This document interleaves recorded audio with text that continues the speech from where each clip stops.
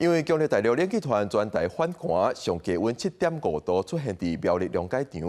中央气象署针对中华以北、宜兰、花莲各项10个县市发布低温特报。气象署表示，因暗到明仔日透早上寒会有10度，只是会有小可温暖，但是受落来有东北季风、大陆冷气团加上8一后面通过，全台拢会落雨。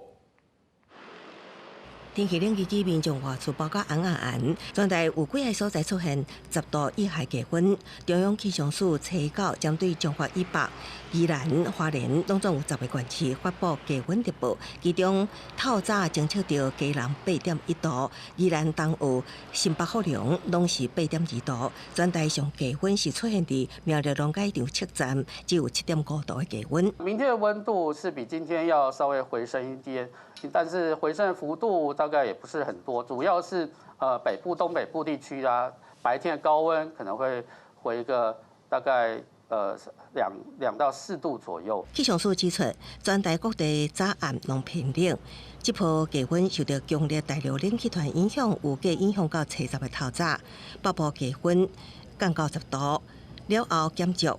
日时啊，天气有较回升，不过东北季风带着大陆冷气团连续来，11方面通过，会带来明显落雨，全台拢有雨。